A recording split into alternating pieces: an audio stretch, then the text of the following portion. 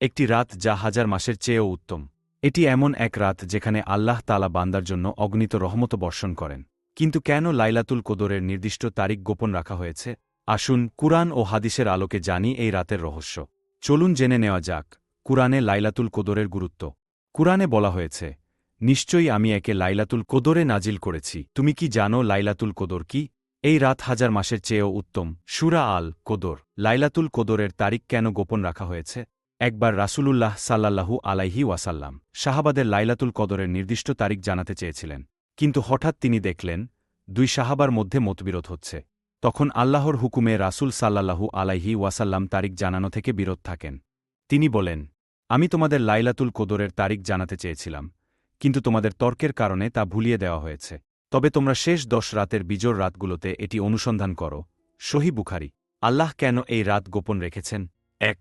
যাতে মুসলিম উম্মাহ শুধু এক রাতের জন্য নয়, বরং পুরো রমজান জুড়ে ইবাদত করে। ২. যেন মানুষ অলস না হয়ে শেষ 10 রাতেই বেশি বেশি আমল করে। ৩. যেন আমরা আল্লাহর ইবাদতে আরও বেশি মনোযোগী হই।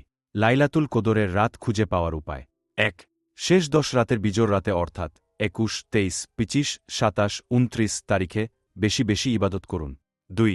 তাহাজ্জুদ, নফল নামাজ, দোয়া ও কুরআন তিলাওয়াতে ব্যস্ত থাকুন। ৩. নবী সাল্লাল্লাহু আলাইহি ওয়াসাল্লাম এর শেখানো দোয়া পড়ুন। আল্লাহুম্মা ইন্নাকা আফুন তুহিব্বুল আফওয়া ফাফু আন্নি।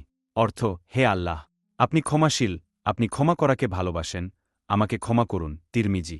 চলুন জেনে নেই রাসূলুল্লাহ সাল্লাল্লাহু আলাইহি ওয়াসাল্লাম কি করতেন। ১.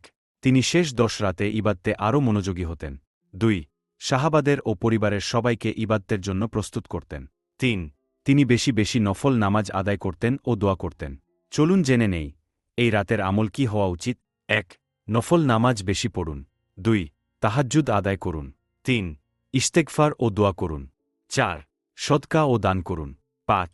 আল্লাহর নৈকট্য লাভের জন্য কুরআন তিলাওয়াত করুন। লাইলাতুল কদরের তারিখ গোপন রাখা হয়েছে আমাদেরই উপকারের জন্য। তাই আসুন আমরা এই রাতের বরকত পাওয়ার জন্য রমজানের শেষ 10 রাতে ইবাদতে কাটাই এবং আল্লাহর রহমত লাভের চেষ্টা করি।